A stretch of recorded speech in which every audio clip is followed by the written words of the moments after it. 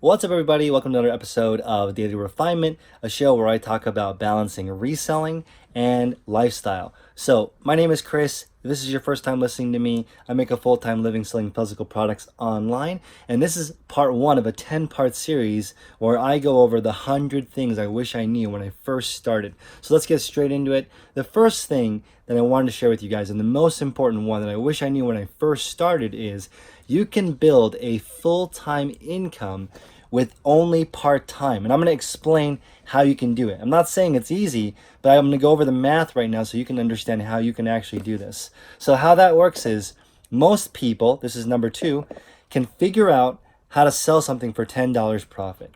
They can look up a shoe, let's say it sells for 80 bucks. They can find a way to buy it for 50, and after they sell it, fees, everything, they end up with $10 profit. Most people can figure that part out, okay? So the first part is figuring out how to find something that sells for a profit of at least 10 bucks. If it's less than 10 bucks, you may want to sell things that you can buy more than one of, or you're going to have to do some serious volume. But at least $10 is recommended, maybe even a little higher. For me, I try to buy and sell things that are $15 profit just to save a little bit more time, because it takes the same amount of time to list an expensive item as a cheap item. So, that being said, most people can find items that make $10 profit, and most people can learn to list 3 items an hour. And what that is they may build a little photo studio, and they basically prepare the item and stage it, take the photo, store it somehow, sell the item on a platform like eBay, Poshmark, Mercari, or Amazon,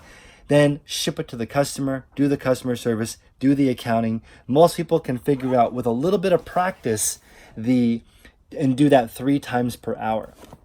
That being said, there are 8 stages of reselling. And I wish I knew this when I first started, because it would have helped me save time. There is prepping items, there is researching what to buy or sourcing, there's photography, there's listing, there's optimization, there's shipping, there's storage. There's basically 8 main categories. I have a series on that in the description below as well, and also I have that in my reseller field guide, which you can view in the description below as well. That should give you the whole outline of how to make $1,000 a week.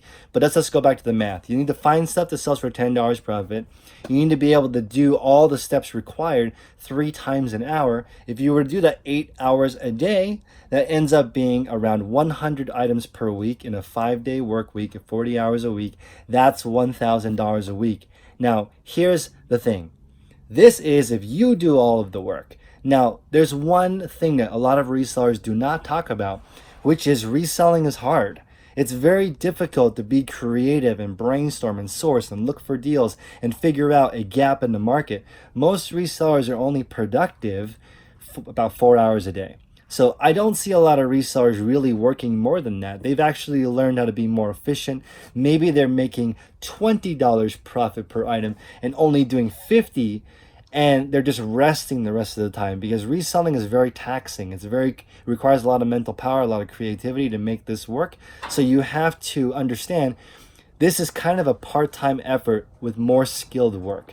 That's why I think you need 2 part-time people to really sufficiently make this work really well. So I think you need 2 part-time workers and a manager to successfully run a store where you make $1,000 a week while you're working part-time. So while you're working part-time, what you're actually doing is reviewing the stuff that comes into your store, you're doing all of the accounting, and you're managing your 2 part-time workers that are listing, describing, shipping, and getting these items online.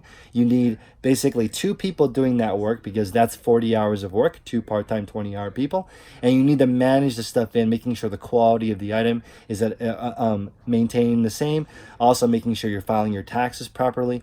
Now, that is about a part-time job. If you want to sell your eBay business, it's really important that you need a manager. No one is going to buy your eBay business if you are the person doing all of the hard stuff. They want the person that does all the hard stuff to come with your company. That's very difficult to find, and that's why a lot of resale businesses never actually get sold, okay? Because they're so reliant on the founder and the person that's shopping and listing that they never get to that next stage because they never outsource it. So the model for this business right here, the one that I'm sitting in, is we want to list 50 items per day, 5 times a week, 2 part-time employees, and a manager.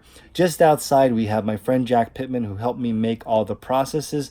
They are visible to the worker right here on this chart. That chart's also in my reseller field guide, but most importantly, it doesn't matter what kind of business you have to make a process chart so that other people can do it. While you're making that chart, you will slowly start to understand the different steps required to run your business the way that you want to. You need that in order to delegate. No one can do it as well as you until they can. That's so important, and I wish I knew that when I first started. When you're just getting started and you hire somebody, there's no way they're going to immediately know all the nuances that you do. But over time, they will for sure actually get better than you. Okay, now, if you do all the reselling yourself, I don't consider you a business because my definition of a business is something that you can sell. And so this is really important. I wish I knew this when I started. There's no glory in doing it all yourself, meaning like no one's going to give you a gold star just because you do all the work yourself. You hiring out to other people and them doing the same level of work or even slightly lower is a much better use of your time. Most of the successful resellers that I know that earn $50,000 a year or more net, most of them, surprisingly, also have a full-time job. And that's because they have money to reinvest into their business. And all the 8 steps that I required and mentioned earlier in this video are the same, no matter what you're doing. You can learn any of these tasks. Amazon is using robots to execute all of these tasks because they're so replicatable and they're so similar and so modular, right? That's why anyone can learn that part of it, but the sourcing part, that's the hardest part, where you get consistent, predictable supply coming into your store. That part is hard. Okay, and I'm going to go over the best ways that I find inventory in different videos, but just understand I recommend you have 8 or 10 sources where you can go to, either people that you know that are distributors and suppliers, liquidators, manufacturers, or a route of stores that you go to locally. Make a list of what's around you. Find out where your unfair advantage is in the area that you live, and that's going to help you build an advantage that's more stable, more predictable, and easier for you to build your business. Okay, now, this is maybe the most important one, and I'm going to spend a little bit more time. This is step number 10. Thank you guys for checking out my channel and my podcast, and I appreciate you guys listening. Please comment below and let me know what you're struggling with, what your income goal is, exactly what you're trying to build so that I can help you. You guys can always reach out to me at chris@dailyrefinement.com. If you want to come visit my shop, I am in the East Bay in Northern California. I don't give out my exact location, but DM me if I trust you. Come on over. All you have to do is come work in my store. I'll trade you. You can work in my store and help me offset some of my labor costs, and I will show you what it looks like to work in this store. We are now at the final point, and I definitely think this is the most important part of your store and also the most fun when you actually understand it, which is what are your actual numbers? What are you actually making? And the reason why this is so important is because you probably have a significant other, you probably have potentially kids, and they're going to want to know, what are you doing? Okay, are you just going through a phase where you saw somebody on YouTube and now you want to start flipping things?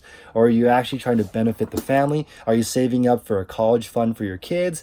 Are you saving for a vacation fund? Do you want to retire early and you're in the fire community? What are you doing exactly? Well, if you know exactly how much profit you're making, your significant other will let you continue. But if you don't, it doesn't matter if you're doing 40,000 in revenue, 100,000 in revenue. If you don't know how much you're actually netting, your significant other will always be worried. And you'll have this nagging feeling in the back of your brain. Am I actually making money or not? This is going to eat at you over and over again, and it's going to destroy you. You have to know exactly how much money you are making. I just started a new store called Daily Refinement Consignment. I love this little store. It just got started. This did its first $3,000 in sales, but I know to the penny how much money that store does, how much money I spent on inventory. It took me a month. I started that store with $200, started to sell stuff around the house. I went to thrift stores. I got lucky a few times. I picked picked up a few items that sold for 40 or 50 bucks for under five, kept leaving the money in there and growing it over and over again. And now that store has roughly $10,000 worth of stuff listed in it. And I got that $200 back, and I saved a third of it for Uncle Sam. So how many YouTubers are talking about the tax implications of this? If you're seriously making $1,000 a week, that's great. Pay your taxes. Other people are not. You can use that for, you can be a contributing member of society. Even though a lot of resellers and entrepreneurs have certainly the ability to hide more taxes when you own your own business, which is another perk of doing this. But again, I think it's super, super valuable being an entrepreneur in the reselling niche. I have 9 more episodes in this series of the 100 things I wish I knew before I started doing this for a living. If you enjoy it, please like, comment, and the best thing you can do for me is share this with a friend. So I'll see you guys in the next episode. Thank you so much for your time. I appreciate everyone who listens to me. Take care.